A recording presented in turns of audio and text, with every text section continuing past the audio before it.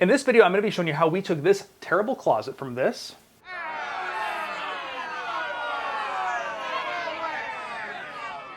to this, and how we did it in just one weekend with basic hand tools, and how you can do the exact same thing at home yourself. Now, there are a lot of different closet kits out there, and I looked around, shopped around, and I stumbled on this one. This is Closet Evolution from Home Depot. Now, this is not an affiliate video. There's no deals going on here. This is literally me, found it online, ordered it, had it show up to the house, and we stuck it in. So I don't have to say anything here, or at least I don't have to say anything nice. So this video is gonna be us putting it in, but I'm also gonna go over everything I find along the way. So if there's any hiccups, you'll know about them, so you can avoid those if you choose to do this. And I'm gonna give you kind of the pros and cons of this kit, so you can decide if this is something you wanna do at your house. So first, let's show you how you get started with ordering this kit. And the first step is getting good measurements. Now, sorry about the echo in here. This closet is kind of an echo chamber, but you want to make sure you get every wall. Now, this closet is a step-in, not really a walk-in, but you're going to get your back wall, your side walls, and then in this situation, we also have these walls. And you want to get every dimension, write them all down, then you're going to go over to your computer, tablet, or phone and punch in those dimensions. And we start from Closet Evolution site. I'll have the link down below. Don't worry, after this, it actually dumps everything into the Home Depot site where you can order everything. So we start by selecting our closet shape and then putting in the dimensions of each wall. Now, if your dimensions are a little bit different or your closet is set up differently, you're still gonna put in the same dimensions and it'll calculate it out after you hit submit. Once you hit submit, it'll give you kind of a rough design, a concept, and then you can go wall by wall here. You see I have A, B, and C, and I can select what kind of stuff I want on each wall. I went with a system that doesn't have any drawers, but they do have drawers available as well. Once you've got all your walls picked out, you can go over to hit checkout. It'll give you the list of everything that is needed, and then if you hit the checkout again, it'll dump you over to the Home Depot site where you can place the order for all your stuff. You can have it delivered to your local Home Depot. I opted for delivery because delivery was free, so why not save me the time and hassle?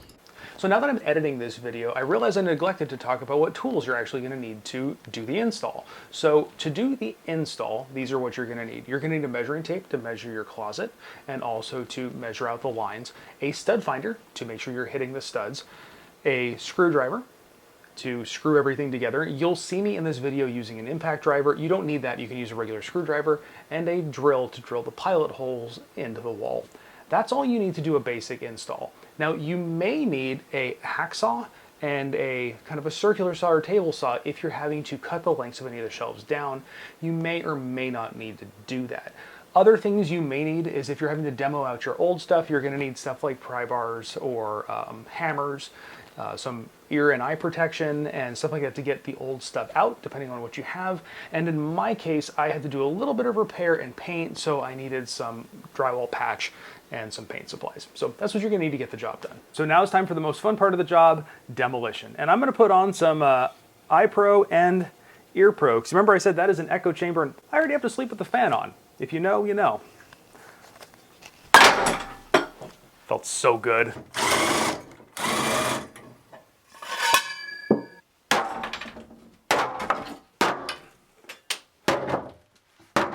So we've got our debris pile there. We've got a little bit of stuff here and there I gotta fix. I have so many questions about this house. Been here for 19 years. Every time I remove anything, I find 7 different paint colors. So I've got tan, yellow, white, and grayish black. I don't know what the history is of this place is, but I don't know if I wanna know. Now it's time to prep the closet, and in my case, we're gonna have to fill these nail holes and then paint it. I'm gonna use Drydex. This is what I usually use for small repairs. I like it because it goes on pink and dries white. You want to make sure when you put this stuff on that you don't just cover the holes, but you wanna smush it down into the holes so it gives a nice firm repair. I'll use a finger, and sometimes I use a chisel. Now, you may not have to paint, but I did have to paint because I wanted to make the closet white. Something to remember when you're doing all this repair is that the back of these cabinets are not solid, so you will be seeing the walls in the back of your cabinets. And after about a week, all of our stuff arrived. Kind of flat packed, kind of IKEA style. So let's get these things cracked open.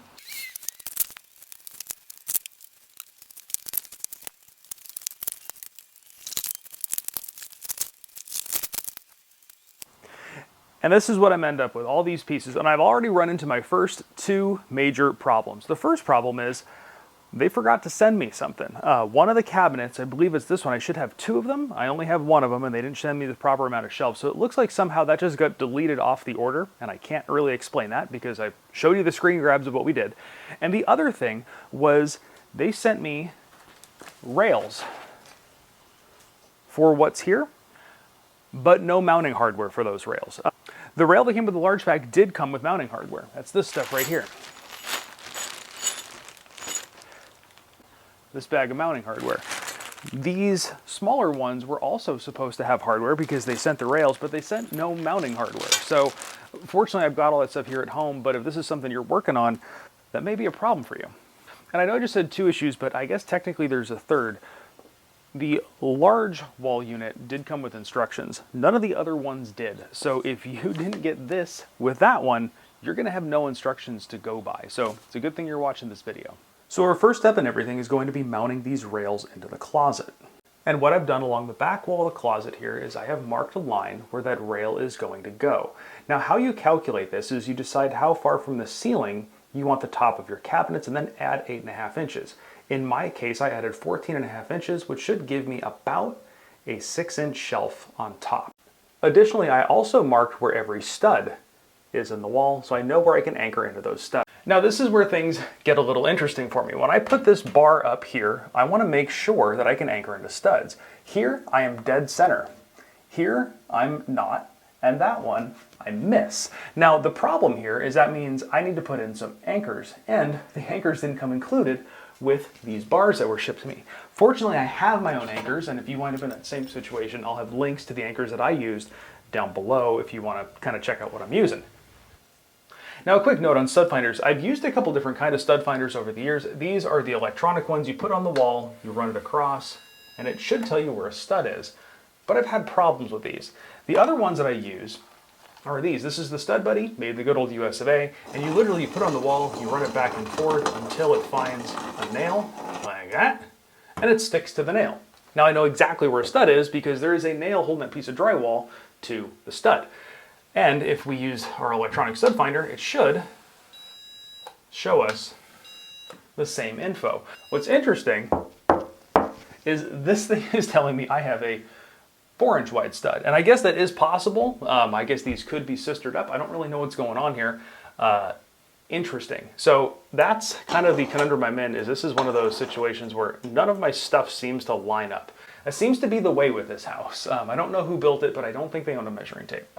So I must be living right because everything did actually line up. I didn't think I was going to be able to hit one on that side, but I did hit a stud. So I don't actually have to use anchors in this section. That is good. I hate using anchors. So now we've got to switch to our other side, put the other half of the rail up. So we're going to come in here, mock this guy up the best we can, make sure it looks like actually we're still centered up on the studs. So I'm going to take the pencil out that is not in my pocket. I'm going to go find my pencil. I did better than a pencil, found a Sharpie. So we're going to mock this guy in right here, mark him. We're going to come right across the side of that hole. Let's go to the garage and make some cuts. Now you could do this with any sort of a reciprocating saw. I'm going to just do it with a good old-fashioned hacksaw. So we got our second section of rail trimmed, and I checked. We're actually going to hit all the studs again, so that's good. So we're going to start the assembly process on these by installing the top shelf. This is the shelf that's going to be going along your ceiling.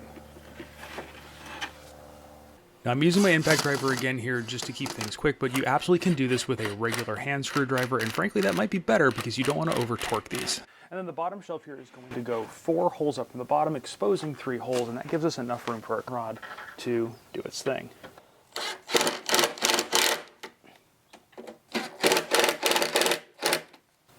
So we've got our first 2 bits of cabinet built. Let's get these inside, get them up on those cleats.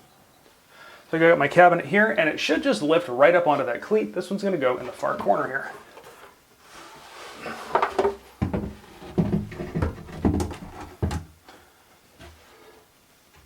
Fantastic. All right, cabinet 1 in. Let's put the second one in.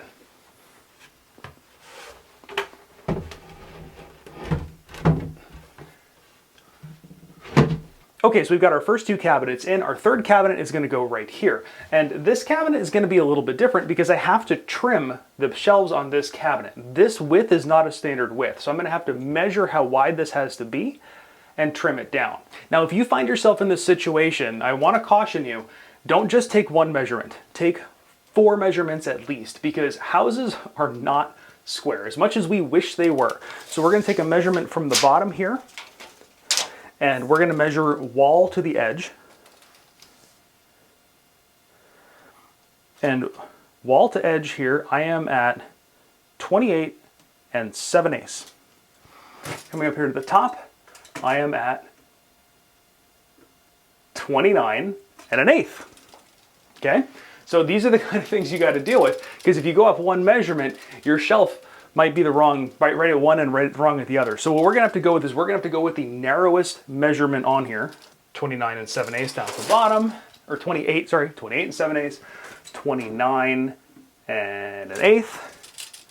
So, and then who knows what the back is, because the back could be something totally different. So let's find what that is. The back is gonna be 28 3/4. Great, even better. And the bottom here is going to be 28, and it's about 3/4. So good luck. But what I would recommend you do is take the smallest measurement, give a little bit of wiggle room in there when you measure it, and then make your cuts, because measure twice, or in this times 4 times, cut once. So we figured we have to cut these shelves down by 28 3/4, but we actually have to go 27 3/4 because you have to calculate in the width of the edges of the cabinet, and those two combined is 1 inch. So we're going 27 3/4 inches. Now the one issue you run into here is you have now cut off the holes that are in this side. So we're going to put this thing right on top, just like so, and we're going to drill some new holes into the end here so we can assemble the cabinet. Other than having to trim the shelves, these cabinets go together exactly the same as the other ones. So we got this cabinet together. This is the last cabinet to go on that back wall. Let's bring it inside and see if it fits. Fingers crossed. All right, now let's see how good we were with our measuring.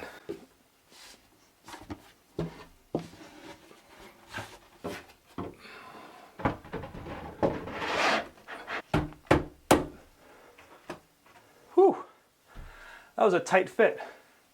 Tighter than what I was hoping for, but honestly, I don't know if I could have done better if I tried. The nice thing about that is now these are rock solid. They are not going to go anywhere because they are so tight in there. Now down here, I'm going to hang my lower set of hanging rods. So they go into these little clip guys. They go on either side here. One and then the other. And then the rod goes right in between the two.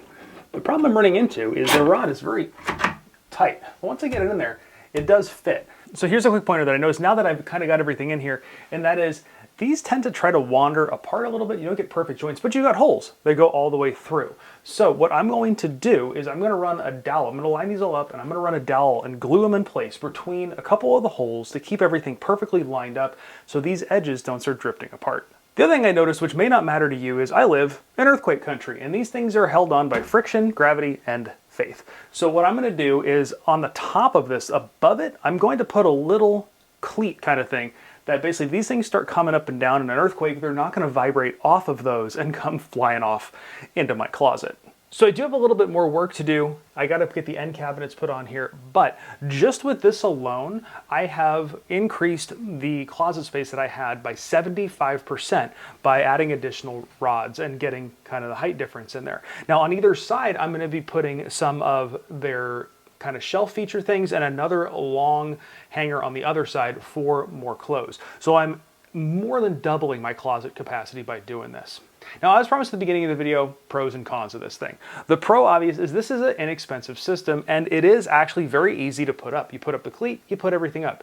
You can do this by yourself. I've done this whole thing without any help lifting things up, where I put in other cabinet systems which were much heavier and had to be held in place while they were anchored. That cleat makes this system really, really easy. And if you're confused about what you want, the designer feature online allows you to kind of design exactly what you want, play around with designs, and then it'll give you the list of things that you need to purchase or order so you can have a complete kit. Affordability-wise, this is one of the more affordable systems that I've found, and on top of it just being affordable in terms of what I found, a lot of the other ones that are in this price range are those cheap wire racks that bend and do all sorts of things. This thing should hold up a whole lot better over time. However, now let's talk about some of those cons. This entire thing is made out of MDF, particle board, sawdust, essentially. I can't stand this stuff, but it seems to be what all the closets are made out of. Now you can go really, really high end and get a closet system made out of wood. And I mean, this is wood if you count sawdust wood, but I'm not a big fan of this stuff. This stuff is not going to last forever. It's just going to last longer than one of those wire rack systems. Now, as far as ease of installation goes, if you're just installing these straight up, they're very easy to put in. But you notice that last cabinet, we did have to trim it to get it to fit. Now, in the designer, it does tell you which sections you're going to have to trim. And in my case, I have to trim that one, and I'm gonna have to trim both of the sides because they don't make one narrow enough to fit on my sides. So just know if you're designing something, you're either gonna have to trim it, or you might wind up with some extra space on either side if trimming isn't something you wanna do. Now, I still haven't figured out what happened with my hardware, but when I ordered this thing, I ordered it with an end cabinet on both sides. Only one showed up, and only one showed up on the order, and I built the whole thing through the designer. So apparently something didn't make it over to the Home Depot side where the order went through. Also, no hardware came with those rails. With the tall cabinet I have on the one side, hardware did come with those rails. So I don't understand why no hardware came with those rails, but hardware came with the other rails. I don't know if something was forgotten or if that's just the way it is, but before you start ripping stuff apart, make sure you actually have all your parts, or you might wind up in a situation where you've strewn your laundry all over the house and you can't complete your closet. But I guess the final question is, would I do it again? And the answer is yes, I would do this again, and I'm going to do this again because my daughter needs to have her closet redone, and I'm probably going to use the same system in her closet. So we're going to be doing the same system again in her room, just a different design and different layout. But I will be using this system again. Now I will have links to everything here that I did. So you have the designer page, all the Home Depot links, but you can just run down to your Home Depot and look at this stuff in person. But I will have links for all of it down below. I'll also have links to any of the additional hardware that I picked up, and I'm also gonna have a link to a little thing I did about stud finders a while ago, if a stud finder is something you need. But I hope this video helped you out. I hope you found it informative and you got some pointers and tips, and you decided whether this is what you want to do in your home. If you did, please leave me a comment. Let me know what you're up to. Hit that subscribe button because I've always got stuff like this coming your way.